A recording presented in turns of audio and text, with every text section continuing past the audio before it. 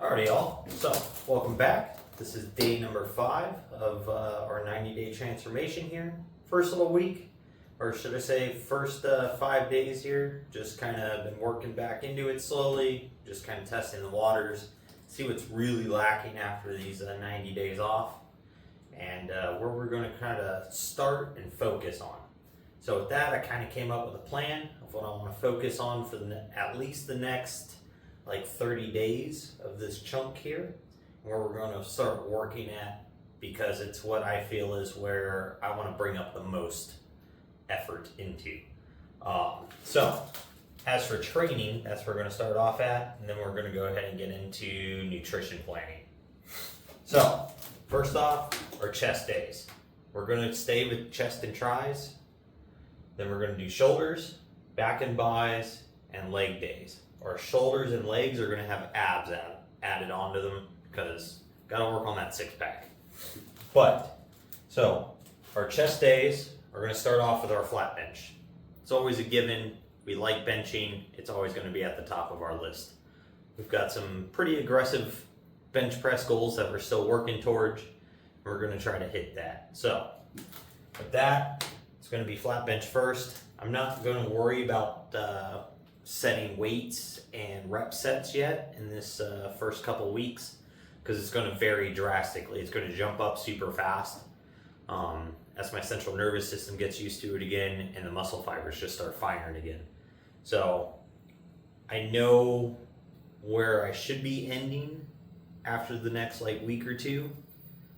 Should be around 75 to 85% of where I left off at. So I was benching 300. I should be around 260 to 270 would be my guess.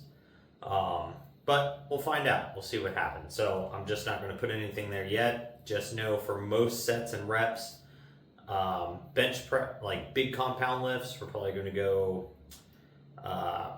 sets of 5 and just pyramid up. Accessory stuff, we're going to be shooting for like 3 sets of 15, 4 sets of 15, and working up till we're getting into like 5 sets of 20. But that's going to gradually happen. We're not going to hit that right off the bat. So again, I'm not too worried about that, but we will be starting at like sets of 5, pyramiding up on big lifts, sets of 3 for shooting for 15 reps, and working up from there. So that's our baseline for everything. But we're going to start with flat bench, then we're going to go into chest flies, get that big stretch, get a lot more blood pushed into the chest. Then we're going to go ahead and focus on doing across the chest incline presses. So that way we're getting that big compound, then we're getting the big stretch, and then we get to work more on the upper chest in this intersection here, going across the chest. You're going to get a bigger contraction and target a little more in this upper area. So it's going to help build that upper shelf there and get that big square line that we're all looking for. Then we're going to go ahead and move into triceps. So triceps, they're also, so chest and tris are also my like, we're genetically, I'm just kind of prone to make gains in. So I don't have to try super hard in them, and I'll make a lot of progress. So it's also going to be my shortest day with only 3 workouts each. But we're going to go ahead and move into overhead tricep extensions. Get that really big stretch and really focus here on this inside thick edge of the tricep. Then right after that, we're going to go ahead into single arm tricep extensions.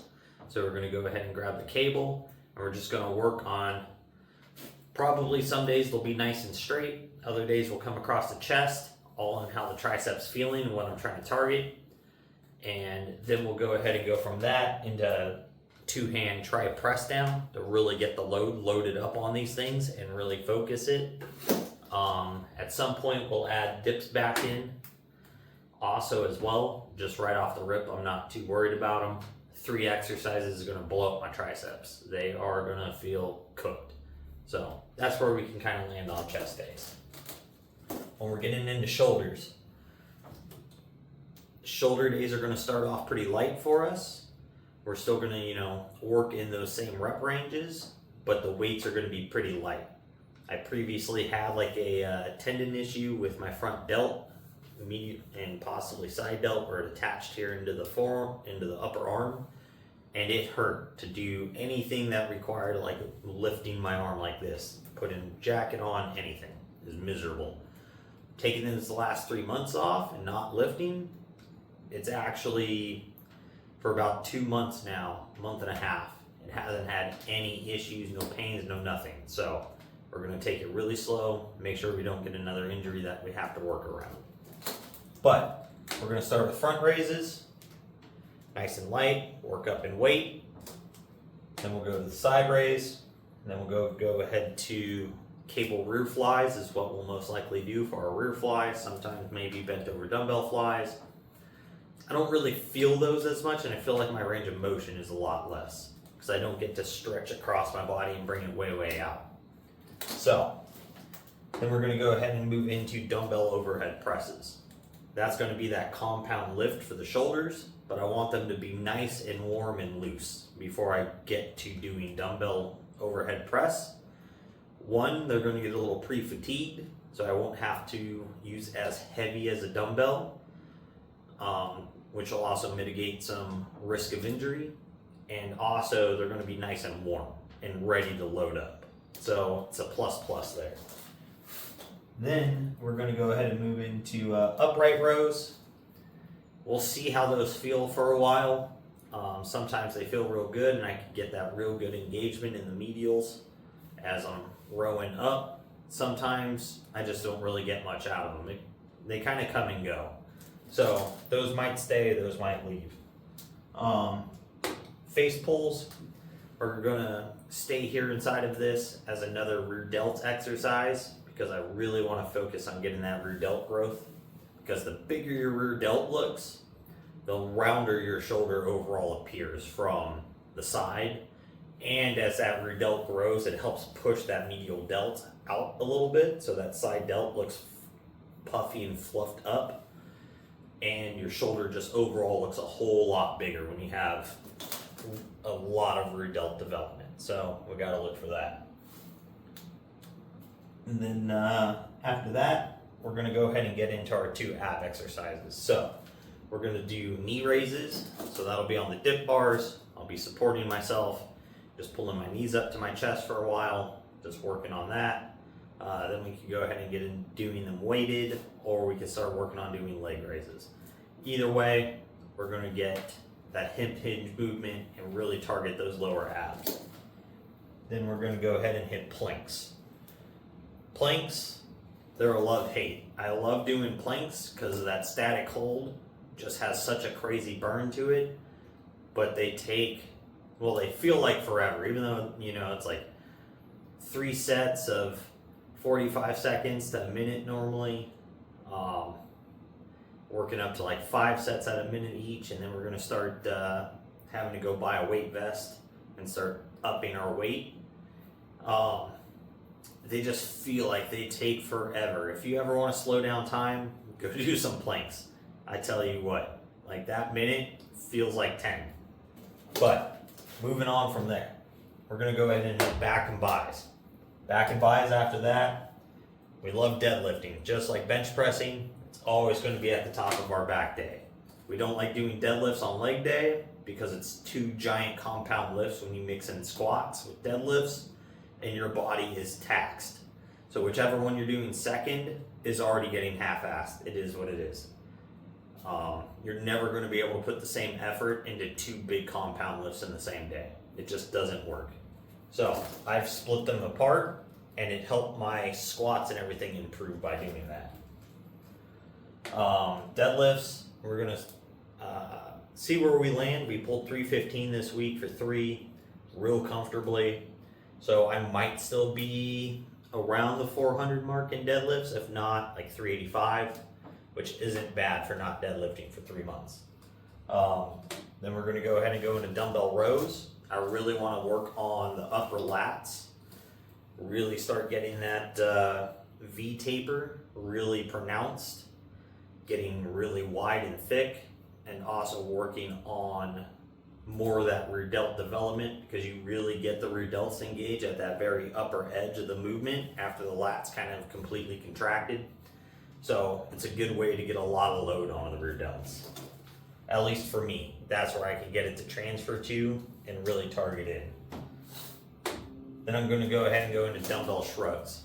So dumbbell shrugs, they're kind of love-hate. I like doing them because I can put the same weight in both hands and I know I'm pulling the same as long as I can get my shoulders all the way up, and it feels great. Problem is, we end up running out of weight normally pretty quick on these, but we'll see what happens. Maybe I'll just keep increasing. Instead of shooting for strength numbers in my shrugs, maybe I'm going to start working towards a lot of volume in the shrugs, because I've always had a hard time putting on traps.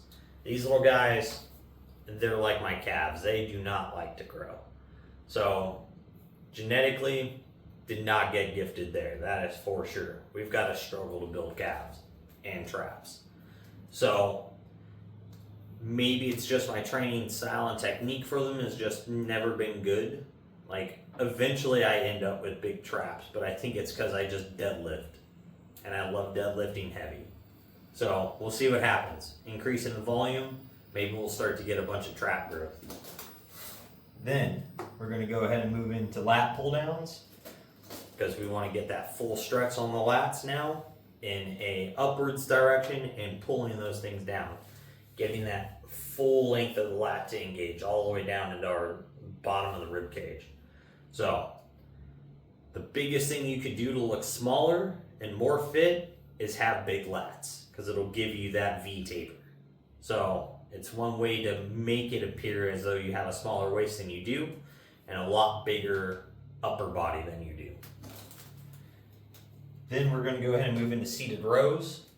Just another inner back, lat, inner trap, rhomboids, all that stuff kind of comes into play here. So it all gets targeted when I do a seated row. I can feel everything from my rear delt, my lats, my rhomboids, inner traps. It all lights up like crazy on seated rows. So it's just a big, heavy compound lift for me, and I enjoy doing them. Then we're going to go ahead and move into our biceps. So we're going to start off easy bar curls. Some days we'll do them palms up, some days we'll do them palms down, just depending upon how the elbows feel, the way the biceps feel, the brachialis feels. Because palms down, you're going to get a lot more brachialis. Palms up, you're going to get a lot more of the short head of the bicep. So with that, then we're going to go ahead and move into preacher curls.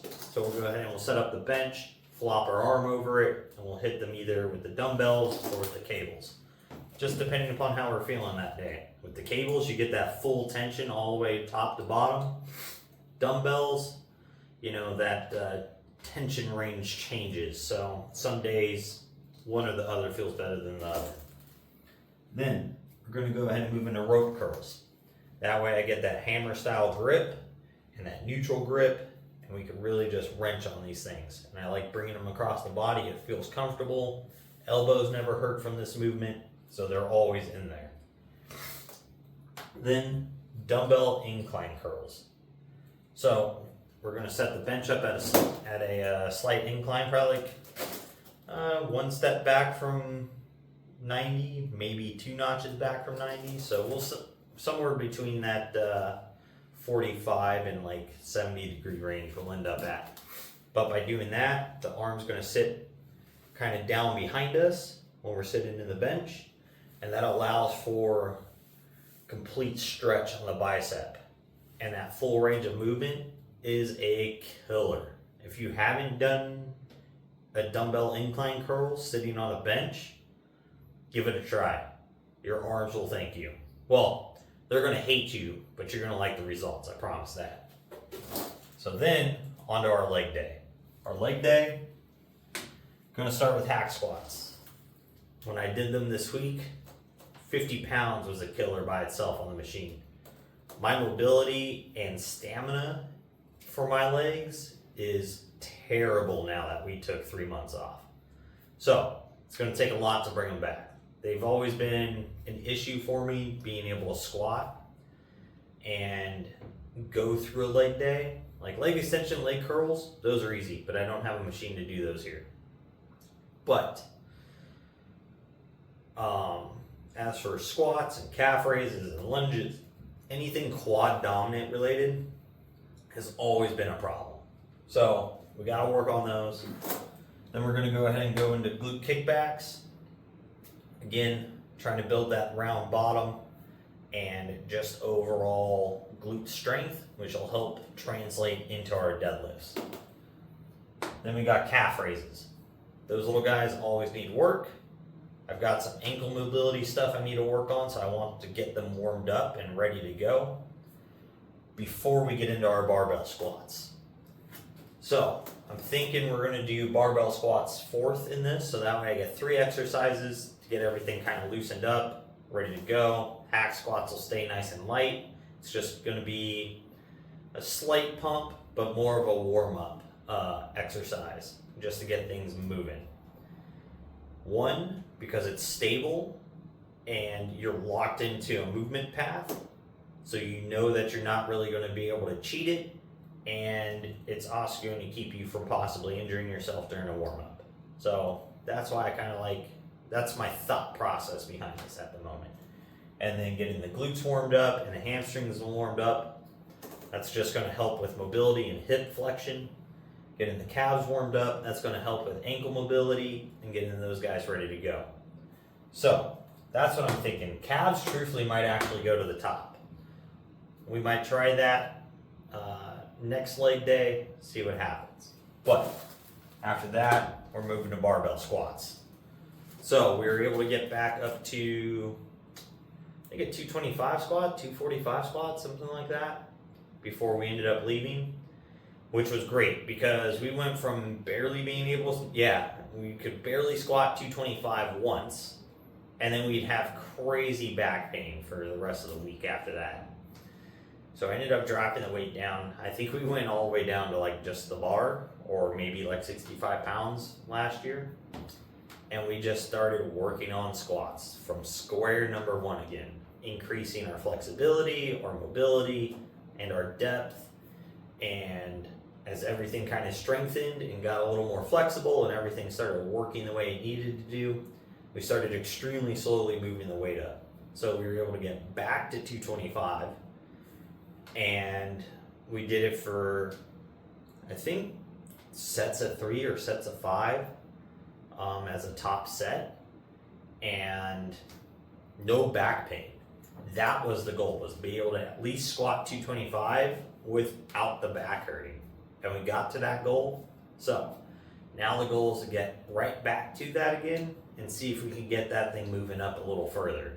But it is without having back pain. That is the part that is most important for me for squatting, because it's not fun. Don't enjoy having my back being super sore because of squats. So then after that, we're going to go ahead and move into hip thrusts, get some more hamstring and glute activation, and then we're also going to go into cable crunches and axe chops, both ab exercises, so that way we can go ahead and again work on that core strength and get those abs really growing. Because sure, you can't target stomach fat, but you can target your abs, and they're going to grow like every other muscle. So if you can grow a nice big ab, you can be a little thicker and still end up with at least a 4-pack or even a 6-pack of abs before you're super lean. So that's always a plus side. When you can start seeing abs, or at least split down the center, and your stomach's looking flat and you're getting that oblique, you're going to feel a lot more motivated to keep dieting. So because there's a point where your diet's going to feel like crap, your training's going to kind of suck, and you're going to just look flat and like you have no muscle because you're super depleted. And so there's basically a real ugly stage that you go through from being kind of thick and round but muscular looking to just flat and kind of skinny, kind of fat, not really muscular, and then all of a sudden you are shredded to the gills. It's a real messed up process, but it is what it is. So that's going to take care of our training. That is our plan. That's what I'm programming out. That's what I'm going to follow. We're going to see where it takes us in the next 30 days, maybe 45 days. Then we'll reevaluate and see where we want to target and what we need to work on the most of that. Because training isn't set solid forever. It's always got to manipulate and change. Whether it's how many sets and reps, the weight you're using, all that stuff should progressively overload. You're going to reach a point where your body needs a break, you need some deload period, things like that. So training always changes. So if you've been doing the same routine and you've been at it for more than, say, 6 months, switch it up. Got to change it up. You're going to see progress change with it. So with that changing, or with that being the structure of our workouts and what we're going to do there, let's go ahead and get into diet. So the way I figure out diets, I take the body weight I want to be. This current goal, 180 pounds. That's 20 pounds down from where I am right now. We're going to go ahead and you take that number, and for your protein, you times it by 1. For carbs, you times it by 0.7. For fats, you times it by 0.3. For me, 180 pounds, or the number 180 in this instance, times by these, gives me 180 grams of protein, 126 grams of carbs, 54 grams of fat. So that's what you're going to target for your main macros.